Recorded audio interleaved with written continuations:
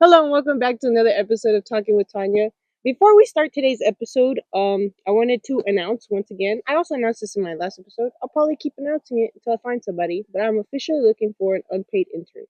Someone to just kind of help me out, market my podcast. Post podcast clips, go through it, editing, promoting, stuff like that.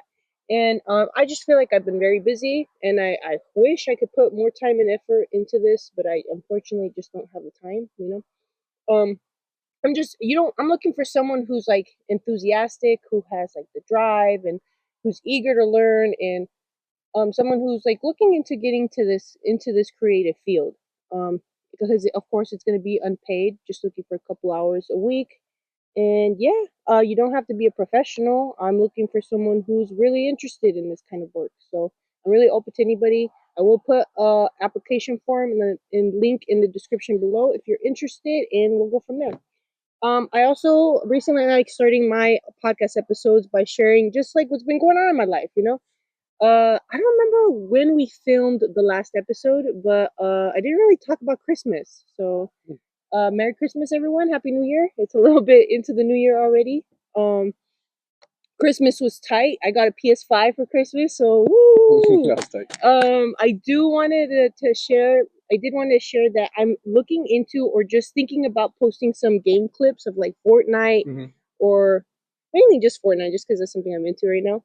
And I don't know. I feel like it's kind of difficult for me to decide because I'm a very uh multifaceted person. I feel like I have lots of different aspects to my personality, and I know my podcast or my YouTube is already just like a certain niche of just like my podcast, right? Self growth. So I feel like it might throw people off if I'm like posting videos of my Fortnite gameplays.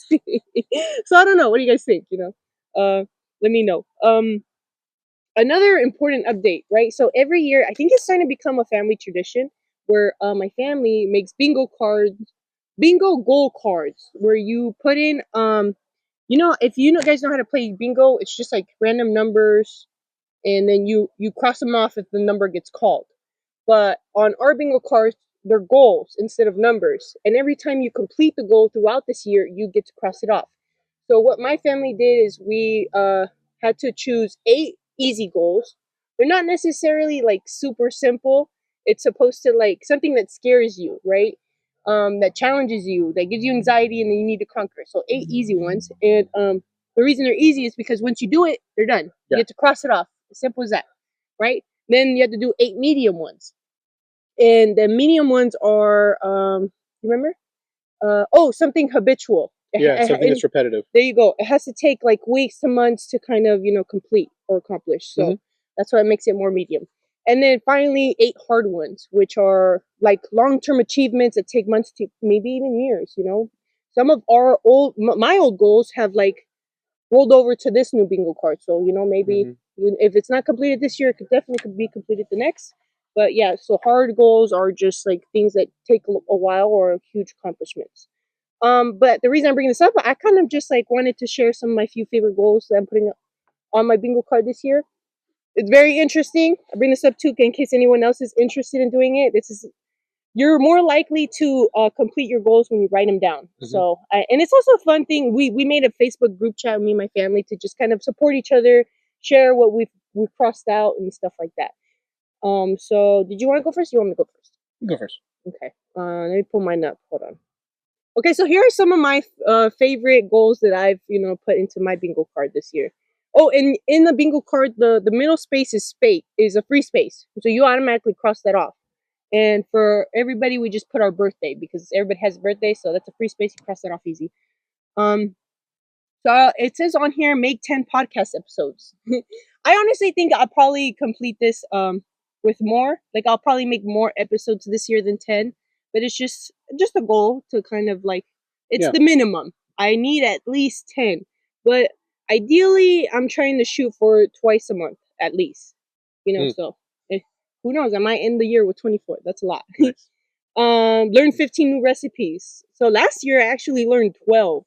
And I really like this goal because it introduced me to amazing new dishes, bro. And I just, I'm so grateful mashed for them. potato one. with the chicken and the special sauce. Oh, the cheesy sauce. Oh, so gas. That's incredible. And then what else? The Turkish pasta bowl was really good. Really good. That was one of my favorites. When I first learned that one, I was doing it like making it repetitively. Oh my gosh, so good. So yeah, and my last year goal was to learn 20 new recipes. I was like, that's a bit excessive. So I'm trying to do 15 this time. You know, because the thing is, it's like not all the recipes look that good to make. If I'm gonna make something, I want to make sure it looks like it's good. Yeah. You know, it looks and sounds like it's gonna be good. I don't want to waste my time or my money.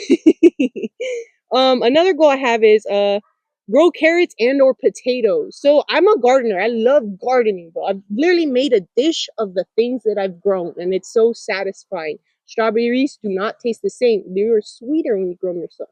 Oh, wow. I noticed how like things in grocery stores are just huge these days. So I'm just like, I don't know, to each their own.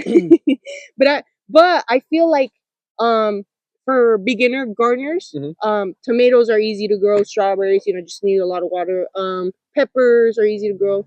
I was just growing a lot of the simple stuff, and now I'm trying to grow my skills and try myself at carrots and potatoes. See how that goes. Let's see. Learn a handstand. That's for one of my last year's goals, and I feel like that's gonna be hard because you have to like hold your own weight. Yeah. And hopefully, I don't know. Oh, my sister gave me a coupon for Spanish classes. My Spanish is not as good as it used to be. I sometimes I cringe when I talk to my parents. I'm like, oh, that means I gotta talk to you more if I'm losing it. I don't know. Yeah. Oh, Duncan basketball. That's a cool one. It would be so sick, man, because we go like all the time to the park and play, and it's just really fun. But we're so competitive with each other, so it'd be so cool to dunk on this motherfucker. I just wonder who's gonna be the first victim. Ah, I know, bro. And will it be on camera? You know what? But we made a pact. Well, I guess you could call it pact. That after we school each other or whatever, we're gonna join forces and we're gonna dunk together. On John. I don't know. We should keep his full name in there. That's you can bleep it. Okay, but yes, King John will be the first victim. With pleasure. We've already been talking about doing like some 2K where you like lob it up and the other person dunks. But okay. Something we did last year that I think we could do again is a 3-day fast. There we go. And I think that one's on yours as well, huh? Yeah, I put that one down as an easy one because we already did it. No, I know, but see, this is the thing. I know we did it, so now I know how hard it is going through that. It's funny that so I'm just like, do I want to put myself through that again? Because my perspective was like, I know I can do it. Oh, and because I've done it, even if it gets hard, I can say I did it. Yeah. Like it's like to me, I feel like I have to mentally prepare myself again. I'm just like, yeah, this is hard.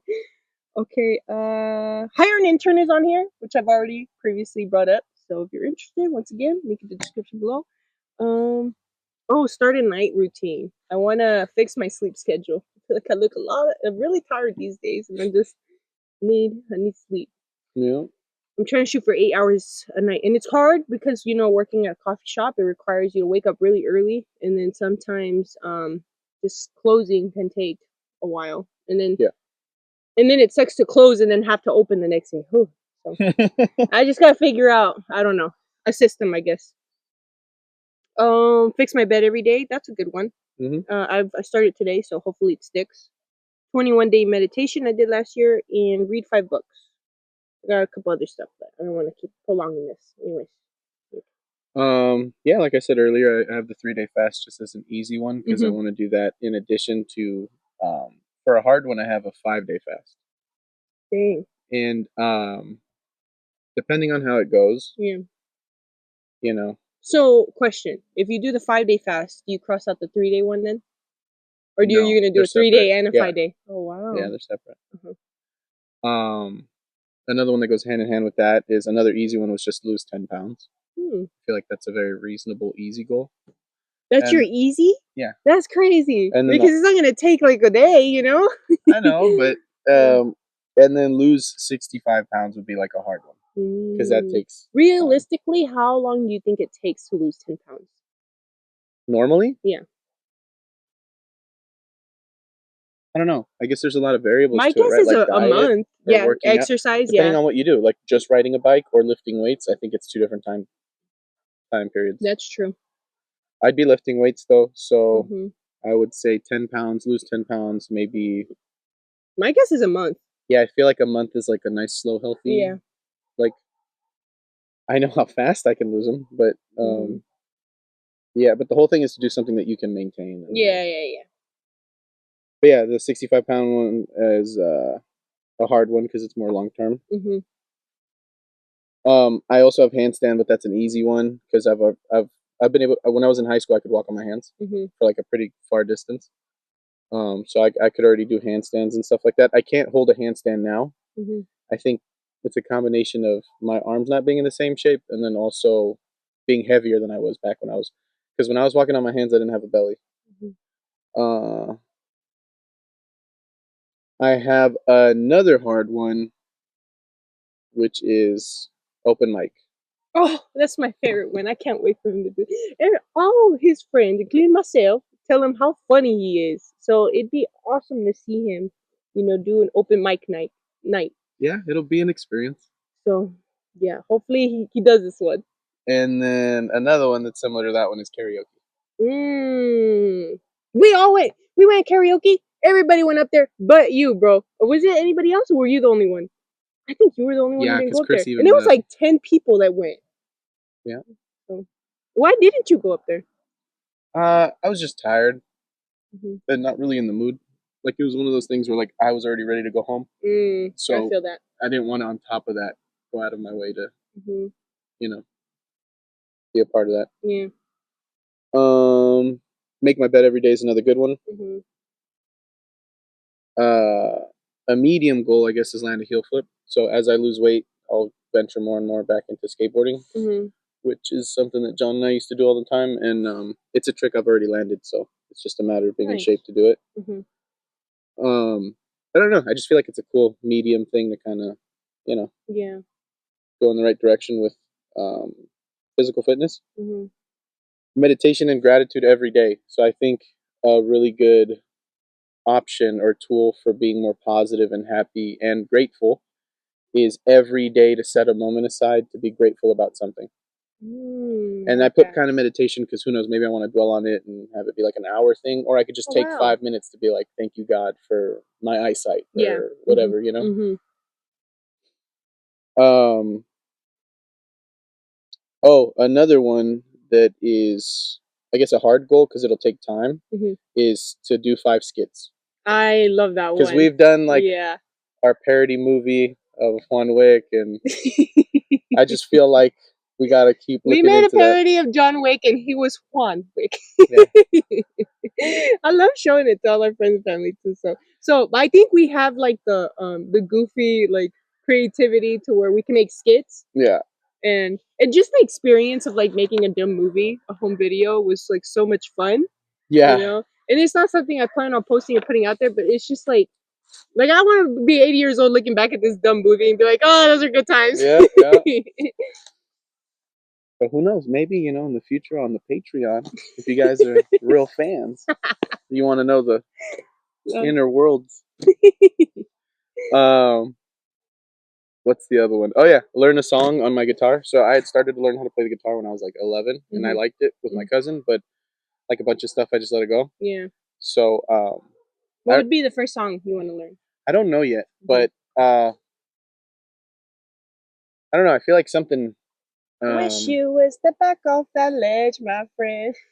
I was thinking either like a cool guitar part to like one of those Spanish songs I've been listening to Dang, you want recently. to start off hard. Yeah, or it's either something like that Hmm. or like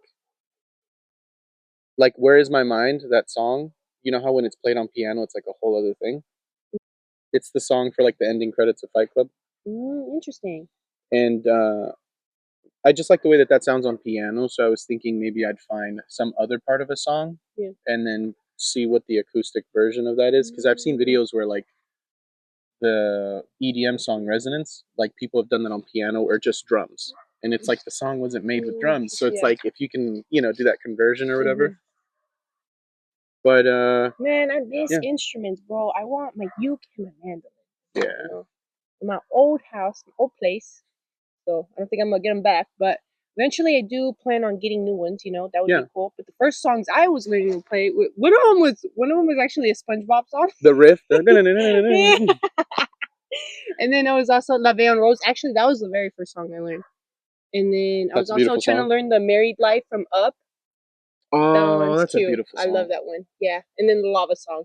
But anyways, What's the sorry. lava song? It's like a Disney short where like a volcano is like alone and he's like, I have a dream, I hope will come true. You know, he's like Okay. singing for love, and then there's like Yeah. a volcano girl in the ocean the whole time just looking up. She's like, that song's for me. And then eventually his tears fill up the ocean to where he drowns in them. But then finally she just like sings it and she grows to be like this huge volcano outside the water. And then he finally meets to be with her. Interesting. Yeah, it's a beautiful short. So. Okay. Anyways, continue. Yeah, and then I think this was a medium one because it's repetitive. Yeah. Exercise at least 3 times a week. Oh, nice. So, exercise is so important, and it's kind of crazy how many people don't exercise. Yeah. If you actually pay attention to it, like Yeah. consistently, you know, me myself included. You know, there's been times where I've like tried to walk every day, and I did it consistently for like 3 months. Pretty proud of myself. But you know, eventually life happens, and you just like get tired and burnt out. But an exercise I'm really appreciating lately is going to play basketball because Yeah. not only is it fun, it's also really good for you. And I love like how long I can keep up with the guys now. I can keep up with the guys, you know, and that feels good to be able to like no free shots. Yeah. So yeah, what I would consider, like for example, like you said, if I'm playing basketball, I would consider an hour and a half minimum of playing like 21, something where it's like constant movement, or like lifting weights. So I should do that at least 3 times a week. Yeah. No, I think an important part of exercise that I like is like running. I don't necessarily like feeling. I dislike feeling out of breath, but I like that I can keep going and like have high endurance. The motion of running. Yeah, or just like to keep going. The stamina. There you go. Yeah, having high stamina, I appreciate having. Yeah, running's pretty cool. When I was working out at school, I would warm up with a jog, and we would do. At first, it was maybe like 3 minutes, like nothing, and that felt like such a challenge. But I want to say before I knew it, I had made it to like 20, 21 minutes, so I could jog for like 20, 21 minutes, and we would try to do. I think it was like at least a lap a minute. Oh wow! And yeah, it was pretty cool. They had like an indoor gym track on the 3rd floor. And one of my goals from last year was to run a 5K, and I didn't do it, man. I should have rolled that one over because that one's pretty cool. Yeah, I feel like that's a cool thing to experience and be able to running say a that marathon is wild. Yeah, my sister done that. Ooh, Chata. That's crazy. Yeah, and I just said that's pretty impressive. I'm not gonna lie. That's something I don't know if I'd ever complete in my life because I'm not sure if I'm that interested. Oh, that interested in it? That's a long time. You know, you gotta do a lot of training. I feel like you could get in the right headspace. Yeah. For one, I feel like, well, for me, like where I want to get to physically, like physical fitness wise, I want to be at a place at all times that training for a marathon wouldn't be out of the question.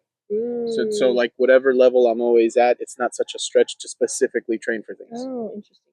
So I feel like that's like a good place to be at. Yeah, you know? yeah. Because like from right now, that'd be crazy to train for a marathon. I'd be like, oh my god. I'm like, I don't know if I want to. I'm like, I'm tired. Another one I have, which I guess is a medium one, or maybe I forget which one it falls under, but yeah, learn to drive manual. Oh, I like that. That's something I want to learn too. That's pretty cool. I had already started to learn when I was, I think, 16 or 17. John was starting to teach me, so I have an idea. Have you ever played the arcade games where you had to shift? I'm like, I don't know what I'm doing with the clutch. No, they have driving ones with the clutch, and I'm like, crazy. I don't know if I'm doing this right. Yeah. I'll just be like moving it, like if it's working. I don't know. Yeah, I feel like I'd lose. I feel like I was a kid and I played the racing game once or twice, and I remember just moving. They have the gas pedal on the brake, but there's some with the clutch. That's crazy. And the gear shift. Yeah, it's pretty cool. Yeah, so learn to drive manual, which I feel like wouldn't be such a crazy stretch. Just repetition. Yeah. And then set up a wine app. Oh. So that I can like be It's completely a budgeting app. Yeah, completely on top of my Yeah. budgeting and Finances. finances. And then one that I think that would just be good for me in general is I put it down as 3 social outings. But I still consider myself fairly social. I feel like I'm still being social when like we do things as a group, like friends and stuff like that. I still think that counts as social. Yeah. But for the sake of experience and exposure, Yeah. I'm considering 3 social outings as like potentially things I don't want to go to. Mm-hmm. You know what I mean? Like basically just not coming from a place of what would be fun. Maybe just something that would be good for me. Like if I hear like they're gonna have some sort of a meeting or like a TED talk or something about maybe something I could benefit from, then like that would be like Society. yeah, and then I would go there, I would learn something, I would maybe network, or at the very least I feel like so it's just better for my overall life experience to be around more different people. So are these social outings, do they have to be initiated by someone else? Like an acquaintance or someone who's friendly? Or are you trying to do this like on your own? Like, oh, I'm gonna go to this, seminar by myself. Um And see if I can communicate with people while I'm there. well, Or do you know we could come along too? it's not specific. Yeah. No? Like when I did think about it, I did think about myself, I guess, not in an absolute way, but I just did think about myself like in an auditorium with like people at like some business type meeting or something, or they have conventions and all kinds of stuff, seminars that people want to be a part of to learn things. I imagined it would be more of like an individual thing, but everybody can learn and grow, and I love experiencing things with my people. So in that sense, I'm open to it being like a group thing. Like, what if there's a seminar that's helpful for all of us or something? Yeah. Interesting. So when I first took that goal, in my perspective, it was like you're trying to build connections with new people. So you're Yes, forcing yourself to put people that I'm not naturally attracted or driven to know, because I feel like the same way that we all deserve love and respect and all these like human rights and things like that is the same way that I should expose myself to a healthy amount of different minded people. And that doesn't have to be that we're opposing mindsets or things like that, but just different people. Yeah. Well, it builds perspective. That's what I want, is a better perspective by knowing more people, because if you think about somebody that's never left their hometown, their idea of the world's like this big. You know what I mean? So it's like I feel like I could use a bigger understanding or exposure to the world. Yeah. And I think it's so sorry. I know we keep What'd you say? I just like this topic right now. Mhm. But I think it's so easy to be comfortable, like for me personally, to like just be within my own friend group. Like I feel like sometimes I feel like you guys are enough for me. I don't need to meet more people, I've had that feeling too. And it's like I'm not sure if that's necessarily healthy either. So like I think it is important to put yourself out there. A recent insight I made is that I feel like I potentially made connections too, like we jumped in too soon. And I think that's one of the core lessons in my life that I have to learn, is to learn to take things slow, let things Like see the naturally timing. build. Yeah, because like where I thought with some connections we're gonna go one way, ended up going a different. Because of like And I was just like, man, I came in too strong. Like I already had this idea, this future vision of where this connection is gonna go, and it's not even like that. So I'm just like wow, like I came in too strong. Interesting. So I feel it's like I can you kind of relate to that. idealize where it's gonna go, and sometimes it doesn't turn And you out that get way. ahead of yourself And and maybe even prevent it from having become that organically. yeah, exactly. And sometimes things aren't meant for you, like what you thought. So that's what I'm learning, is to like have patience and let things grow naturally. Not to jump in with so much strong energy, Or because preconceived not to notions. sound like egotistical or anything, I'm a pretty cool person, and it's so easy for people to want a lot of me, but it's like not necessarily in my best interest all the time. So sometimes I want to like invest so deeply in connections, but they're not investing in me in the same way. So there's an imbalance, and I'm just like, You can man, feel like a I've draining. already invested all this, and now I'm starting to realize maybe I shouldn't have. So I'm just like, damn, like I'm learning to take things slow and let things take its natural course now. That's cool. Okay. Yeah. Oh, and then I just put like I thought would be a decent value for like a financial goal to save 500 dollars. Equadol. Can you explain Equadol, please? I don't know if that's pertinent. Okay, so when I was a kid, yeah, my cousin would trick me into doing things for money. So he would say, like, let's say we built a rail to skate, right? Yeah. And he had welded it himself, a 16-year-old boy. He'd be like, you try it out first. And I'd be like, you're out of your mind. Right? Because he's 4 years older than me. I'd be like, you're the big boss. Like, you do it, you know? And he'd be like, I'll give you $5. And I'll be like, okay. And then I would do it fall or something. And I'd be like, give me my money, right? And then he'd be like, I said $5 hairs. And he'd grab like my cousin's Barbie and like rip 5 hairs off and throw them at me.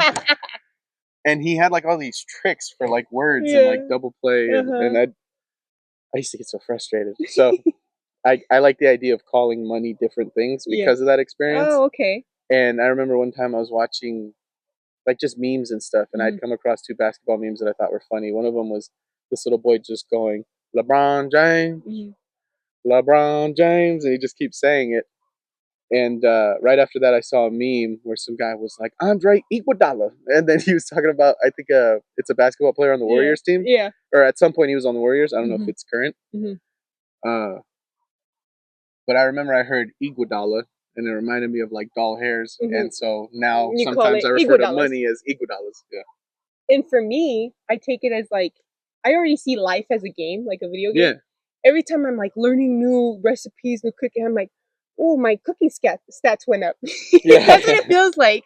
So then, and then sometimes, I remember I used to work like in construction for demolition, and the boss would be like, go here, here, here, do this, do that, like a checklist. It was something new every day, right? New house, new person, new set of to-do lists. And when I would finish the day, I would think in my head, mission complete, like GTA. Yeah. And I would hear, dong. The sound effects. And I'd just be like, oh, you know, like life is a game. That's how I see it. And so when you say $, I picture in my head they're like V-Bucks or something. Yeah. Here you go, $5. And then it's like plus this much respect. Plus, yeah. But yeah. Also, are you done or do you still have more?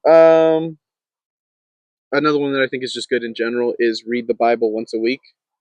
I feel like one of the things I took away from church was the longer you're away from God, the easier it is to stay away. Oh, wow. And so in that sense, I feel like me reading the Bible once a week is like a healthy way to keep checking myself, to not drift too far. What else? Oh yeah, so we already talked about dunking. And then to do improv. Oh, I like that one. Yeah. Which I don't know what you meant by it, but I imagined it meant like in front of other people, like on a stage like a class or something. Yeah, I don't know. Yeah. And then I have an art one. That's a secret art one. Oh, okay. Interesting. I know you put like some weird word. It sounds Latin. Only I need to know what it means. Like, okay. I'm like, I don't know what the heck that is, but whatever. Yeah. Okay. Anyways, so that's it for our bingo cards. Very excited to see where this year brings. I do feel like we're gonna be different people by the end of this. You know, knowing each other for as long as we have. Like he's met me when I was what 15? No, I want to say 16. No. Because if I was, you were how much like older 17. am I than you? I'm 2 years older than you, right? So I was like 15. That's crazy. Yeah, you were 15 the first time I met you. And like the other day, he was talking about like, dang, it's so like crazy, and like how much I've seen you evolve from when I first met you till now. Yeah. And like he even said like within the last 3 years of us like living together and being closer, like even in that short period of time, like you've seen a change in me. Well, like the year I moved in, the year after that, while you were gone, when you came back from being gone. Oh my gosh, that's crazy. Like it's like their own chapters. You know what I mean? Yeah. And it's like I would say, while you were home, while you weren't in Virginia, I feel like even though you were in a lot of the ways the same, they were like distinct changes and stuff. You know what I mean? Like I remember when you told me that you were planning on moving, like even then you felt like a different person when you told me it. You know what I mean? Like I remember thinking like you have more of an idea of what you want. and you're being more Yeah. active about it. So Interesting. I remember being like, hate to see you go, but like it sounds cool. Like it sounds like Yeah. you're getting ready to do something. You Yeah. know? So Yeah. Interesting. And that's something we're going to touch on in this episode is like integration, life experiences, intuition, instinct, stuff like that. But what I wanted to start off first is and touching off on our last episode of like spirituality and religious beliefs. Like one thing I believe is that we're all pieces of the universe experiencing itself. One thing I learned in my astronomy class, which is really cool, was that we are made of stardust, right? So the same elements that were created in dying stars now fire as electrical signals in our brains. So in the very beginning, the universe was basically just hydrogen and helium. That's it. And then stars formed. And then inside those stars, through nuclear fusion, heavier elements were created, right? Right. And when massive stars reach the end of their life, they explode. It's called a supernova. Yeah. And then scattered out all those elements into space. And we have like those elements within us. Because they're like the building blocks of life, right? Like they're Hold on, let me see. Like spawn the earth. I brought my computer out this time. I like to look into this stuff, you know. Yeah, just like what is it called? I just like to fact check. I like to search through multiple sources. I don't know if I said the disclaimer yet, but hold on. I want to put a disclaimer out there. I'm just exploring. I'm not claiming to have all the answers, you know. This episode is about curiosity, awareness, and lived experience. I feel like that's a lot what my podcast is about, actually. So, you know, I'm not an expert at anything, you know, and I don't know how it could be. I love multiple subjects, but also, you're not trying to like dictate what people believe or change minds. You're just having open discussions that help you make up your own mind and grow and learn. And I also like to hear what other people have to say, you know? Like I'm curious. Okay, so we are made of star stuff because almost every element in our bodies, like carbon, oxygen, nitrogen, iron, was forged inside ancient stars through nuclear fusion, then scattered across the universe when the stars exploded or shed their outer layers. Does that make sense? Yeah. So the Big Bang only created hydrogen and helium, so all heavier elements essential for life and planets, including those in our DNA, bones, and blood, originated from the fiery cores and explosive deaths of previous stellar generations. So I just think it's so interesting that we're made of stars, bro, or stardust. Yeah. So we're literally pieces of the universe experiencing itself. Isn't that crazy? That's pretty crazy. But it's not just us made of this material. It's also planets. It became oceans. It became plants, and eventually it became us. Yeah. So a lot of this stuff is just made from stardust. Carl Sagan, who's that? Anyways, there's a quote I have on here in my notes. Carl Sagan said, "We are made of star stuff." Let's see. Who is Carl Sagan? He is an influential American astronomer, planetary scientist, and renowned science communicator. Interesting. I wonder what that means, science communicator. Right. Sounds like when they put an interesting label on an obscure but important like thing. It's I searched it up. It translates complex scientific research and concepts into clear, engaging, and accessible content for the general public. That's a tight job. I told you it was important. That's a pretty tight job. Yeah. Dang, it takes a special kind of person to be able to do that. Yeah. That's crazy. Yeah. So, I feel like that's true.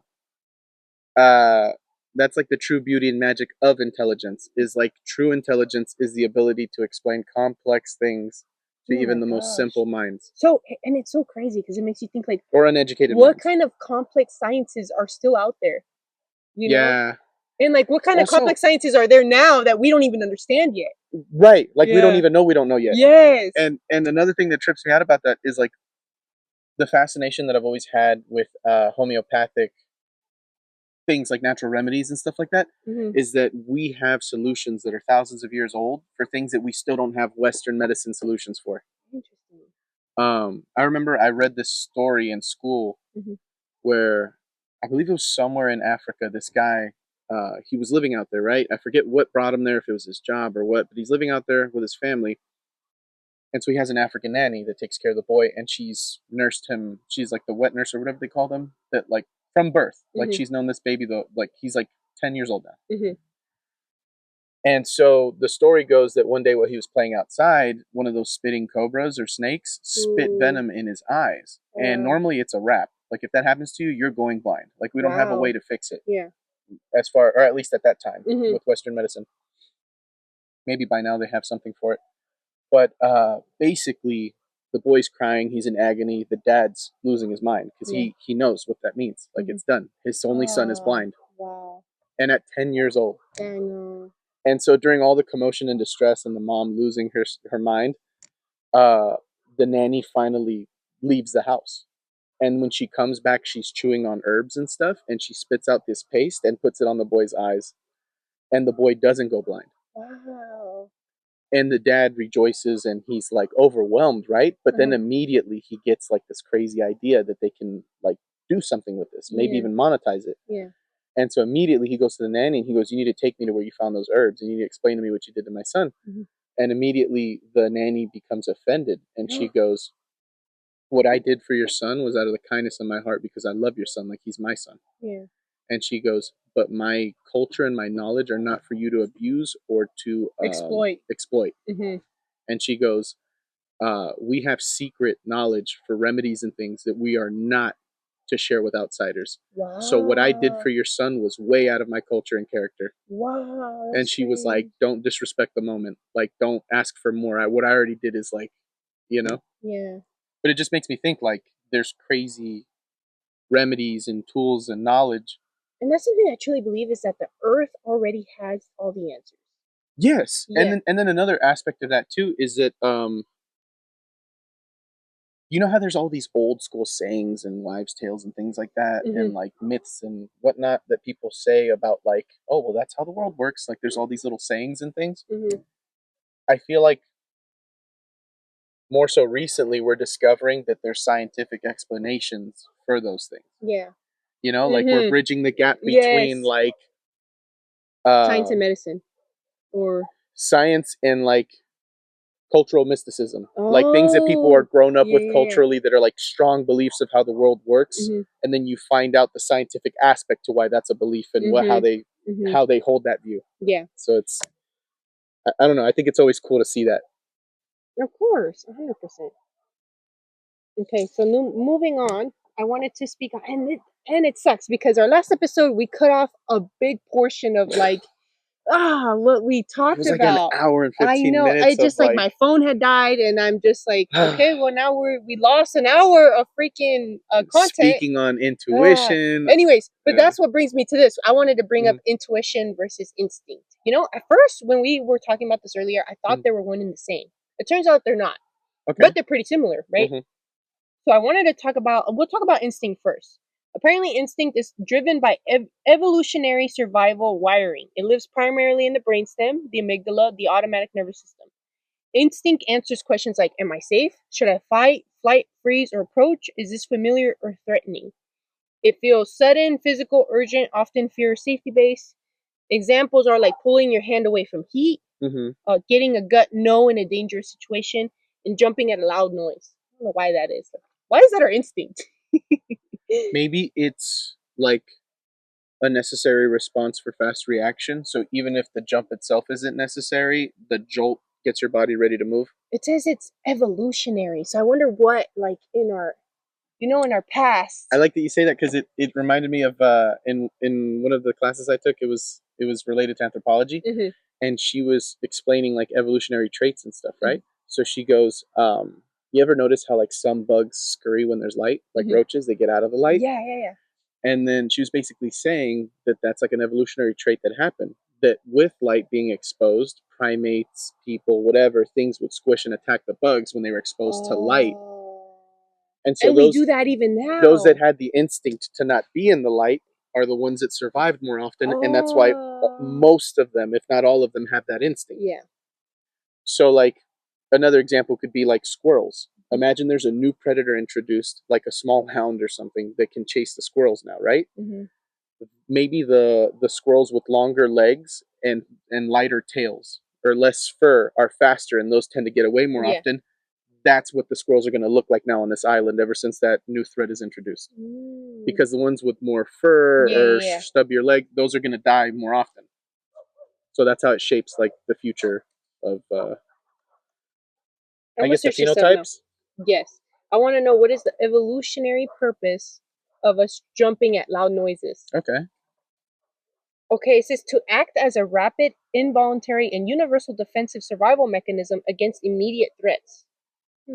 It prepares the body to survive danger within milliseconds, often before the brain has consciously registered what That's caused what the I noise. guessed. I said maybe it's a jolt that gets you ready to react to things. Yeah, like pay attention. So that's why you Yeah. jump, because that's your Forget body what you're being doing, like, pay boom, wake attention. up, Yeah. adrenaline, Yep. reaction time's up. Interesting. It's a rapid mobilization for fight or flight. So you're already in that mode, you know? And think about it. Haven't you ever seen people be like, oh, and they take off? Like right after, like they get spooked and they're gone. Like, that's interesting. And I like that it said that it's what's it called? It prepares the body to survive danger within milliseconds, often before the brain has consciously registered what caused the noise. So there's a big theme in how the body recognizes things first. Isn't that crazy? Versus the brain. Like before you can rationalize it or process it, your body's like, that's what that is. Yeah. And it's like, and I think it saves time, you know, because sometimes you're you know, because if you're like, you're gonna take a long time to mentally process what's going on versus let's go. Your body's like 7 out of 10, that's a threat. Yeah. Boom. Like we're counting. It already knows. Yeah. That's crazy. So instinct is ancient. It doesn't care about nuance. It cares about survival. Right. So now we're moving on to intuition. How this is different. This is the pattern recognition system. It's your brain's ability to rapidly integrate past experiences, emotional memory, and sensory information without conscious reasoning. It involves the insula, the prefrontal cortex, emotional memory networks, and the gut-brain axis. Your intuition is basically your brain saying, I've seen this pattern before, trust me. Oh, that's crazy, because you ever meet And that's why intuition feels like you're given an answer. It doesn't feel like you came upon it. It feels like you just know it. And sometimes, and because of that, sometimes you want to question it and be like, no, you're wrong. Because I didn't get to this. It was just given to me. Yes. It's like like where's your evidence of this? You know? And then that's how I feel when meeting certain people, when they act a certain way. It's like, I've seen this before. I don't trust you. It's crazy too, because like I feel like I've been sensitive to some people before in the past. I remember one time I knew a guy was fucking with me. Like I knew somebody didn't have my best interest at heart, and they were trying to like get one over on me. But everything about the way they were acting was like checking boxes. You know what I mean? Like on paper, they would pass, right? Yeah. But something in me was like, you don't like me. Like you want to see me fail. Whoa. And it's weird because I didn't have any rational ways to explain it at the time. But doesn't that make you want to fight your intuition? Like, no, like I'm a keeping his friend. Let me see where this goes. Yeah, part of me goes, I don't have concrete evidence. And everything about the way I could explain the situation points to the opposite. Yeah. But yet I feel this way. It's funny, in my notes, I like how one of the examples says, knowing someone isn't trustworthy without obvious proof. Literally. But yeah, so and then later on I ended up finding out that like I was right. Like that person despised me or something was fishy about our interactions. So I know there's been instances in like group friendships where I felt like certain behavioral patterns were like not aligning with my values. And it's so easy to like sense when someone isn't like good friendship material, when it's something I would tell myself that's not something I would do, you know? And I feel like and I'm not saying I had like good values and I know how to be the best friend or whatever, but it's like if it's making me uncomfortable, why am I like it's not aligned? Exactly. Why am I continuing this friendship? Why am I keeping it intact? Why am I putting myself in a situation to where you know? So I feel like that's a big theme in my life where I would question these things. I'm like, I like throughout life I continuously like tell myself I'm tired of feeling exhausted, overworked, and you know, just emotionally giving and not receiving. And I'm like, I'm not trying to stay in these situations. Like I just keep wanting to search for peace, you know? And sometimes it was foggy. I wouldn't necessarily see the way forward, but it's like pieces of information I would get like, this person isn't aligned with me. So what am I going to do? You know, keep moving forward. And sometimes other people didn't see it that way, you know, which is fair. You know, other people could be aligned with him when I'm not aligned with him. You know, it doesn't always have to be bad. It's just like, it is what it is. That's how I see it, you know? Yeah. I like that perspective of it Mm-hmm. because I feel like sometimes we limit ourselves by the way we define things. Mm-hmm. So I think it's important to be um, as necessary as possible. Mm-hmm. So, like, instead of being like, that's a bad person or you shouldn't be friends with that person, you could stick to like the bare facts, which is like, there are specific things that do not allow me to align with that person. Mm-hmm. Maybe you can align with them on some other level or many Yes. levels, and that can still be a positive thing, but it's just not something for me or Yep. for another person. Yep. And that's something I've like tried to emphasize in my friendships. It's like if they're not cool with somebody and I am, I'm just like, or if they're not cool with if I'm not cool with somebody and they are, I would always tell them, you know what, do your thing. I'm not gonna hold you back. If that's who you want to be friends with, by all means, don't let me hold you back. I'm not gonna tell you you can't be friends with them. Go ahead and do your thing. But you're not gonna see me involved. Yeah. When those things. when you're involved with that person. That's just how it is because that's who I am. I'm gonna choose That's myself where I'm first. at with this. Yeah. Exactly. So that's where I'm at with I feel like that's my initial approach to that. that. Mm-hmm. But I also have certain sensitivities as far as like my loyalty. Mm-hmm. Oh, okay. So like, let's say somebody didn't like you or John, right? Yeah. That's okay. Maybe they could even think you're whack. I can respect those opinions because it's just like, okay, that they don't. But They're not the same kind of sorry to people. stop you, but can you really though? I know felt it's an example. I felt like I was lying when I said whack. Not like I can respect. I can respect not liking, but them being like they're whack, it's gonna rub me the wrong way. I don't know. And I like that you bring up this point because if I have friends with someone who didn't like you or John, like I'm just like, you gotta give me a good reason, bro. Exactly. That's where I'm coming from. Where are you coming from with this? Because But they're good people. but even then, I feel like I can open my heart enough to just be like, it's fine. You just don't like John. That's okay. Yeah. But I cannot get over respect. Mm. Like if I'm hanging out with John and that person thinks it's okay to disrespect them because they don't like John, like disrespect John, I don't care to know you anymore because I already love this person. Yeah, and that shows me who you are as a person. Which is like, I can't wrap my head around that. I can wrap my head around them not being your favorite person. That's cool. You don't like them, fine. But anything over the line, you know what I'm saying? It's like I can't abide that. I'm not like, because how can I be friends with somebody who has a direct motivation or concept of somebody that I can't wrap my head around? Yeah. You know? Yeah. I don't know. It just feels wrong, and I feel like John's the same way. Like there can be people that maybe I don't like, and like he still treats people on a base to base person thing, like relationship wise, like how they are with him. But I feel like he's the same way. Like if he knows that they're like out of their way, like aggressive towards me or want to actually see me fail and stuff, that's where he can't like, because that doesn't align with his values. It's already over the line. Yeah. It's okay to be neutral, but you can't be negative. You know what I mean? Yep. So it's like, I like the way you put that. Yeah. It says other examples of like your intuition. It could be like sensing a decision is right, even if it doesn't make logical sense yet. Feeling drawn towards something without force. Intuition is learned, refined, and shaped over time. I like that it says that because, like, an example I want to bring up. It's like a group of people, and this is something I've experienced myself. Is a mixed group of people, right? And it's an older group of people and a younger group of people, right? We're all hanging out together pretty constantly. I find myself gravitating more towards the older group, and I find that the younger group of people are gravitating more towards the younger. And what one key difference I find is life experience. Yeah.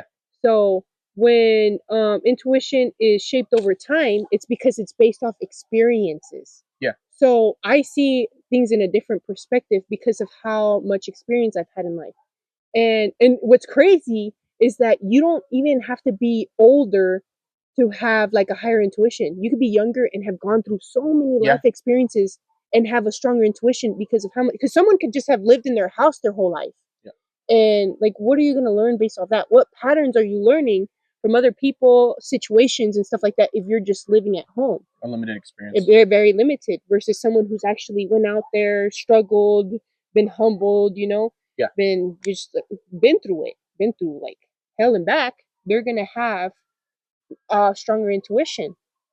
And so I think that's where I find myself aligning with the older group, because it's like we see things similarly because of like how much life we have had similar life experiences. Yeah. I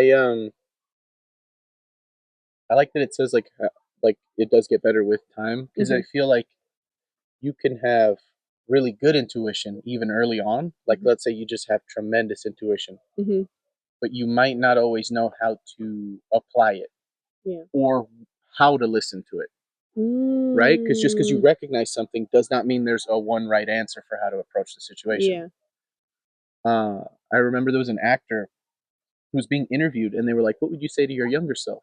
And immediately he said, "Trust your intuition. You were right." Whoa. So basically, his hesitation to trust his intuition led him through a series of lessons and experiences that let him know he always had a good idea of what was going on. And sometimes when you doubt your intuition and like you go against it and you go through this experience, I feel like it kind of just like after it's done and you knew you were right from the beginning, it almost just strengthens your intuition. Oh, yeah. Yeah. It's like I should have just listened to myself. And I feel like you get that knowledge of like a further understanding of it. Like maybe more so what things mean or a better way to apply them. Yep. Interesting. So that brings me to but really quick, it's funny because I geeked over this scientific fact that about 90% of information travels from the body to the brain, not the other way around.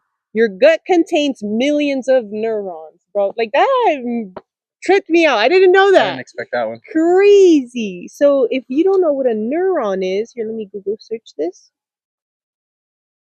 I always thought neurons only existed in the brain. So to find out that millions exist in your gut? Yeah. Whoa. It's a specialized cell transmitting nerve impulses, a nerve cell. Yeah, I thought it was specifically a brain kind of cell.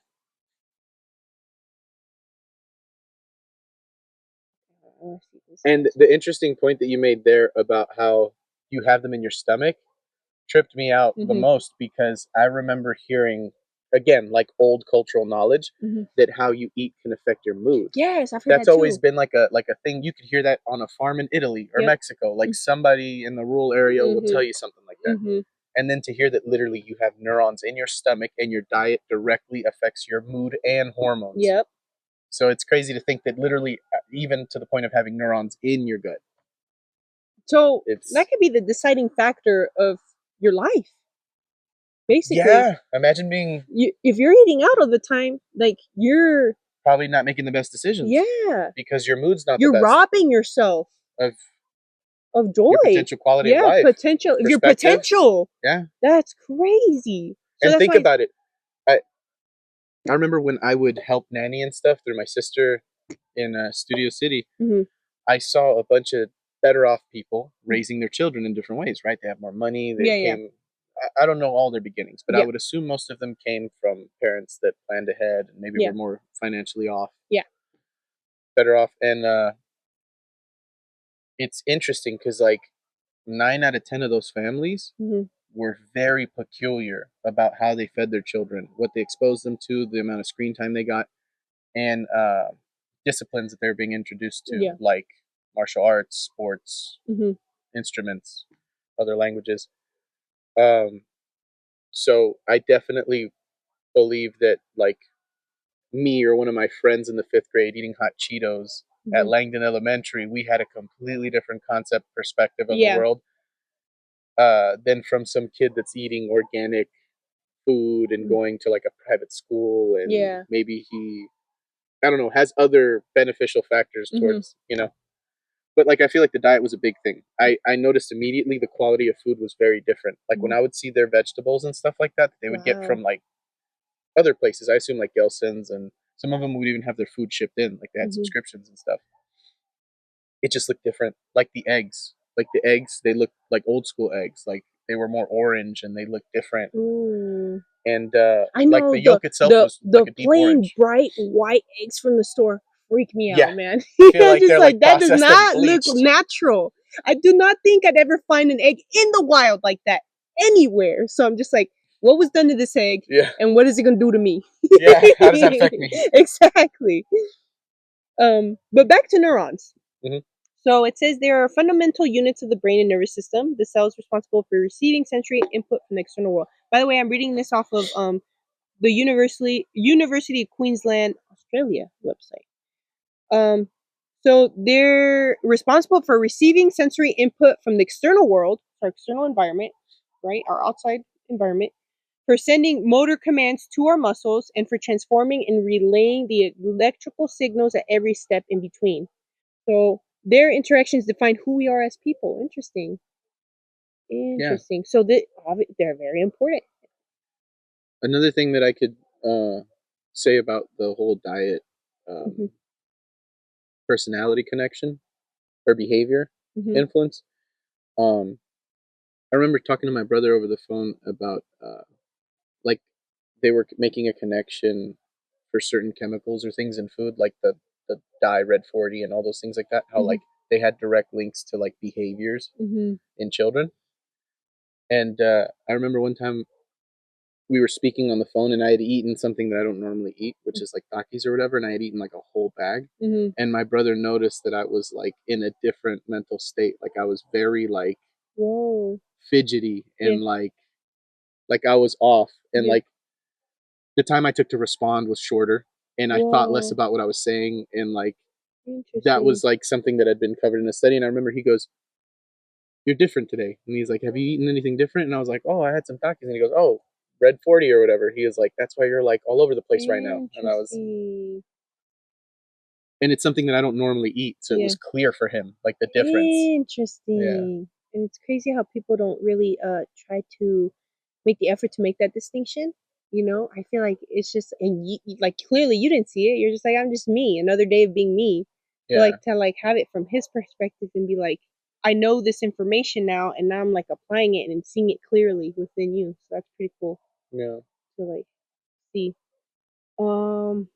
It's funny how like in my notes, it says one of the quotes, it says, "I feel it in my gut." This is not a metaphor, it's actual biology. You know, it's crazy, the gut brain connection. So yeah, that's why I like that spirituality and science are, you know, getting closer and closer linked together. It's like really making it tangible. We're seeing like the connected truths between them. We're seeing like the logical explanation, the scientific of the mystical. Yeah, that's what it feels like, you know. So it's very very cool to learn. Another thing I wanted to get into is integration. This is something that I feel very interested in because I see it so strongly within myself. It's so first of all, let me speak on what integration is. It's the process by which something you experience, learn, or practice becomes part of you, not just something you do. So it's when like say it says the difference between it's integration is the difference between understanding something intellectually versus having it show up naturally in your choices, reactions, and sense of self. So it's automatic. So it's like having clarity. Like the first step is probably like getting clarity on a situation, like an experience you went through, and it like really like rattled your nervous system, and you're just like, oh my gosh, but you learn from it, and you don't, and especially if it's something bad, you don't want to have to go through that again. Right. So you assess, where did I go wrong? How did my decisions land me here? What can I change about myself to where I can avoid it the next time? So that's the logical explanation. That's the clarity you build from that experience, and then you turn it into consciously deciding now. So you enter an experience to where you could potentially repeat that lesson, but instead of repeating it, you're like, I've been through this before, you know, so let me make the conscious choice of not speaking in the certain tone or like saying the certain thing. It could be very intricate and complex situations, subtle things that you don't even realize, you know, like tone of voice, you know, even. So then you like make the conscious decision of like, I'm gonna speak this certain way now, you know, you're thinking consciously, like this is you speaking to yourself in present time, into where you do it often enough to the point where you don't even have to talk to yourself about doing it anymore. You don't have the process. You respond differently. You just do it automatically. Second nature. It's natural. Yeah. It's a part of who you are. It's now your identity, and that is integration, my friend. Yes. An example I was thinking about in my head would be like being conscious about how you can negatively respond to things, and how, like you said in the beginning, it's practice, repetition. You have to stop yourself, catch yourself, and all that. Yeah. To the point where you naturally just respond differently to those triggers now, right? Like imagine there's something that frustrates you between you and your neighbor and it keeps happening, right? Yeah. And you try to grow past that, find a way to not let it, affect you in such a deep way. Yeah. You could go from always like being like, oh my God, and getting ready to yell to like, eventually you'll be at a point where you naturally engage gracefully. Even if it's something that would normally set you off, you're completely different about how you approach the situation. And it's like you said, you don't have to like coach yourself and go through it in your mind. It's just that's your first reaction now. Yep. Yeah. So I wanted to bring up an example of my personal experience. I feel like I come from, like, my background is very like, oh, I was like anxious, social anxiety, right? Nervous to talk to people, worried about how they think of me and stuff like that. And I feel like I grown to understand that not everybody's thinking about me. If anything, people are anxious within themselves most of the time. They're all thinking about what, how they're presenting themselves. And I started to realize, like, man, like, it's not just me that's like this. Like, everybody's like this, But some people have healthy doses of anxiety. I feel like mine was a little over the top, but eventually, after learning that people didn't really care about me as much as I thought they did, I started to be more myself. And then after that, I started to gain the clarity. Like, now that I know people are uh, socially anxious, and I notice the cues, and the body language, and it's just like I've been there. So I want to create the warm space. I made it a habit now to, whenever I have to like work closely with somebody and they're new, and if we're gonna be working together a long time, I introduce myself.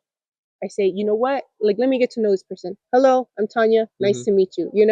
And what's your name? That's how I approach new relationships, new working relationships with colleagues, anybody, coworkers, anything like that.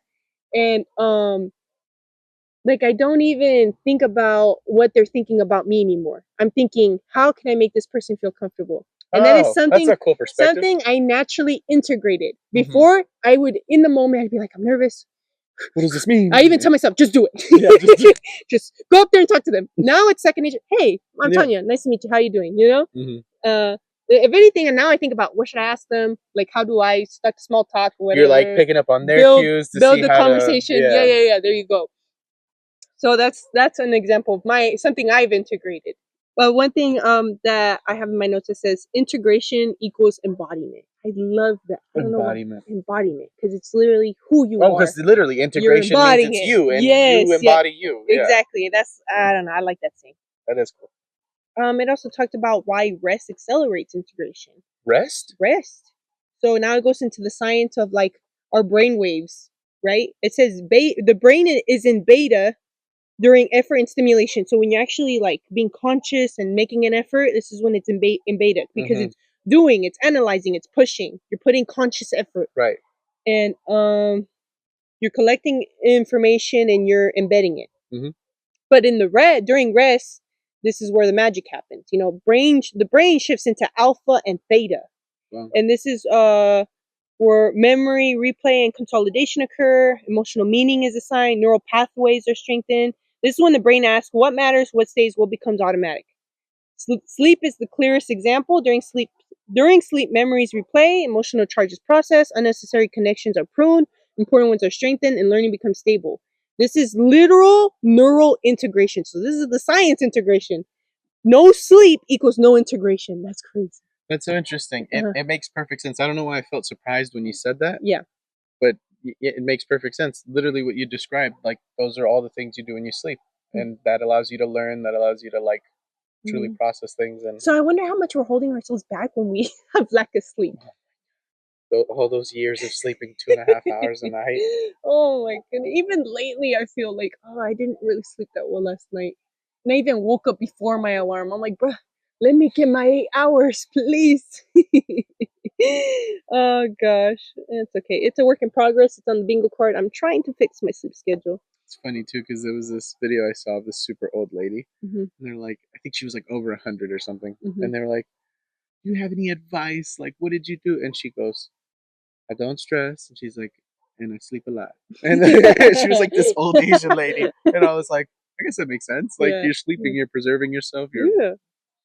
There's like so many. Oh my gosh. I remember I was in my psychology class, and like, it blew my mind how important sleep is for brain health. It literally, like, you can, if you don't sleep well, it literally increases your chances of getting like Alzheimer's, because it like it's so important that your brain shuts off. It's always working. It's crazy because I remember uh, during the more intense sleep deprivation episodes that I would have, where I would get like an hour and a half of sleep, 2 hours of sleep. Wow. It would get to the point where I would be talking to people, and if I had a long enough or complex enough idea to explain, I lost it before I finished saying it. Wow. And I'm talking like I was like 23 years old when this happened to me, Oh so my I god. knew it was asleep. Like, and Yeah. it's gotten better with the sleep getting better. You know what I Yeah. mean? Yeah. So I've definitely experienced the memory loss or inhibitor in or like the obstacles Brain produced by fog. it. Yeah, Yeah. Yeah, that's tough. And like sleep is really important, and it sucks when you have like an inconsistent routine, but I don't know. I guess I have to figure it out because it's important. yeah. It says why pushing slows integration. When people try to force change, nervous system feels unsafe. Stress hormones interfere with memory consolidation. The brain stays in survival mode. New patterns don't stick. That's why insight without rest feels fragile. Breakthroughs vanish when we rush, and clarity shows up after stepping back. Interesting. I feel like that's all been reinforced by my experience, or that all makes sense. Like I feel like I can see that in my Mm-hmm. life.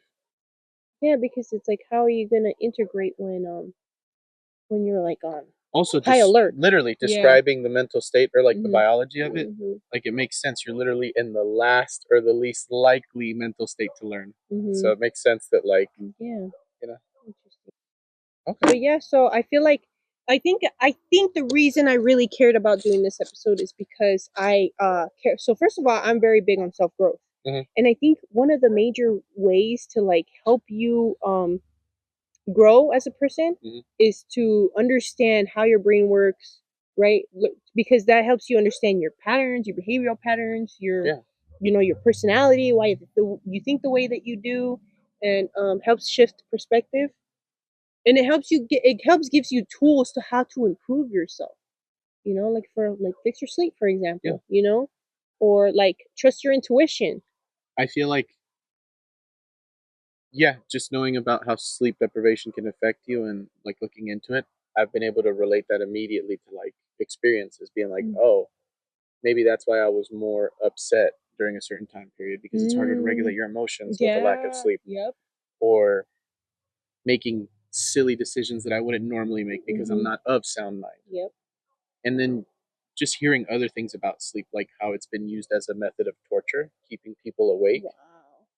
I Can't remember, imagine that, I man. I remember, love sleep. I remember hearing that that was how they broke like some like agents and stuff, like people that they would catch like spies, is they would keep them awake until they became delirious and miserable, and they were like, Oh, "I'll tell you whatever you want, just let me oh my die, let me sleep." god.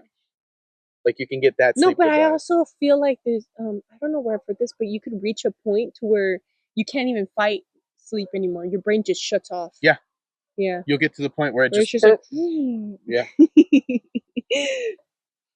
um yeah, so I think it's important to learn science. There's crazy, there's a phrase that I heard, not even a phrase. There's like somewhere I heard one said that if you don't learn about science, the people who know about it will make the decisions for it Oh, without for you. for you, because and it's so crazy like how like science is so embedded into our lives. I remember my brother once said that someone told him everything in life is literally just math and science.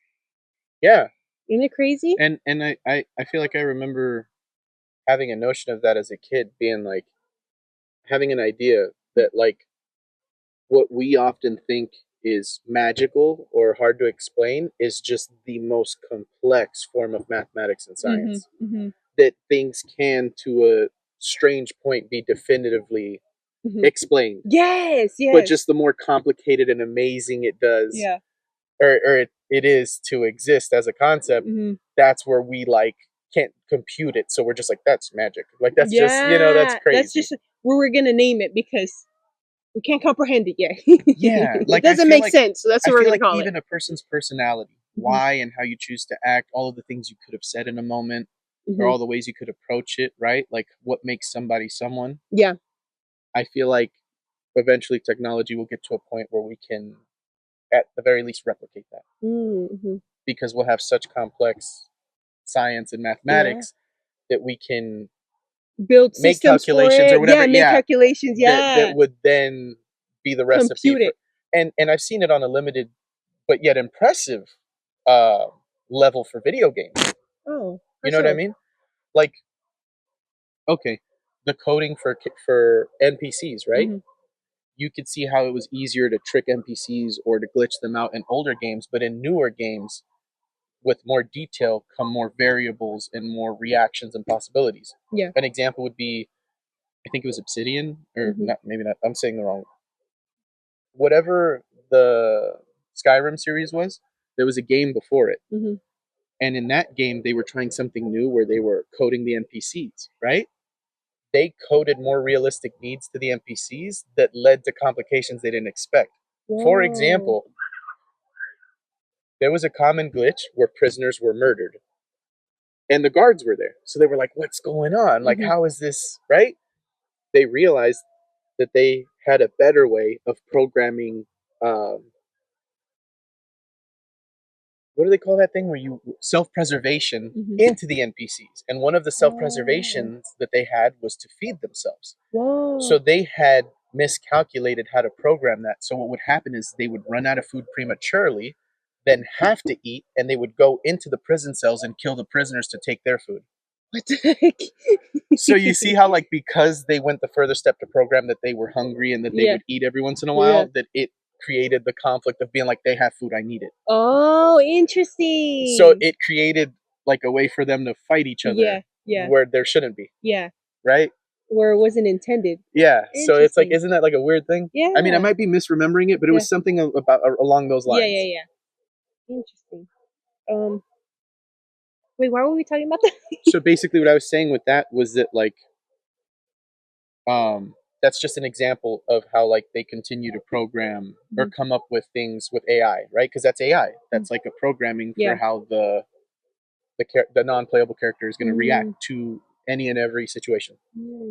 Oh, we were talking about and how video everything's games, math and science. Yeah, so video games have gotten way better about that. Like, if you see NPCs now, like even in Fallout 4 or other games, you're like, it's leagues ahead of what it was 10 years ago. Yeah, that reminds me of like a game, a storybook game where like people would make their own stories, and there's like characters, and you'd read like you'd make decisions as the person. You'd be like, do I want to wear this color dress today or this color, or or should I say something nice to this person, or should I just be blunt, and it just like, but every decision leads you to a different path. And different options, and then some options go away with taking other options. So the end, each ending of the story looks different because you're like making different decisions. So that's pretty cool.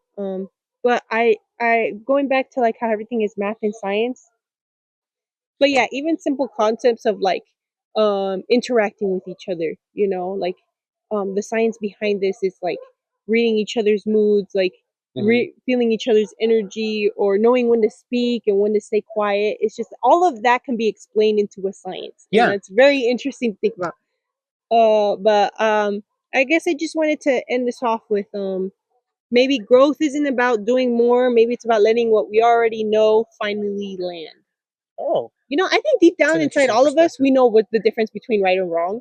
It's just having the ability to apply it. To make the distinction. Yeah.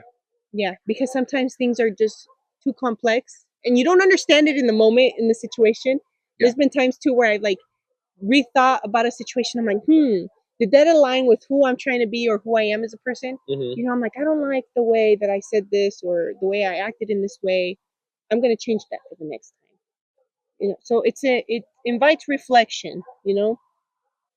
Anyways, that pretty much wraps up today's episode. I just kind of wanted to touch on something that I'm super interested in, which is like neuroscience and how, like I said, how we work, because learning the way we work helps us make conscious decisions of how we can improve, how we can grow as people and make better decisions that align with our values.